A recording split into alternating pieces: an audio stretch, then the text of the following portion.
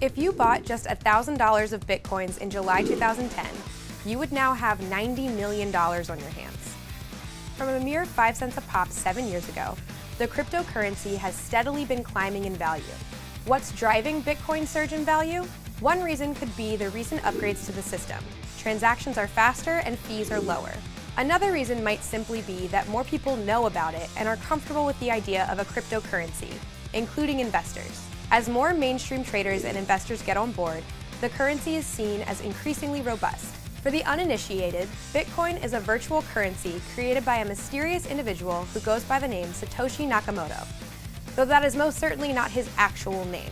Nakamoto introduced his idea for the cryptocurrency in a research paper in 2008, and it was implemented in 2009 as open source code. His reason for creating Bitcoin came down to the flaws he saw in the current system: banks debasing currency, a lack of privacy and security, banks' predatory lending practices, and the difficulties and expenses with transferring money. With e-currency based on cryptographic proof, without the need to trust a third-party middleman, money can be secure and transactions effortless. Bitcoin is not actually a coin, but a line of unique code. And like the dollar bill today, Bitcoin has value because people give it value. Like gold, there's a fixed amount of Bitcoin that can exist in the world, 21 million. Bitcoin runs on blockchain, a digital ledger that keeps track of every single transaction made in the Bitcoin network, making it especially secure because everything is public and everything is tracked. It's the world's first open financial network.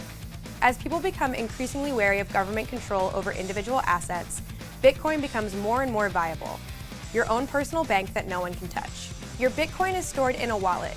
This wallet can be a digital wallet or even a physical one. Wherever you think your unique key, a long string of numbers that is yours and yours alone, will be safest. If you're looking to invest in Bitcoin, you can do so in 3 different ways. Number 1, you can mine your own, which is very difficult. As competition for mining Bitcoins has increased, only those with powerful computers and cash to shell out for energy costs can keep up with processing the increasingly difficult calculations. Number 2, buy some from an online exchange. Or number 3, you can buy shares in a fund that invests in Bitcoin.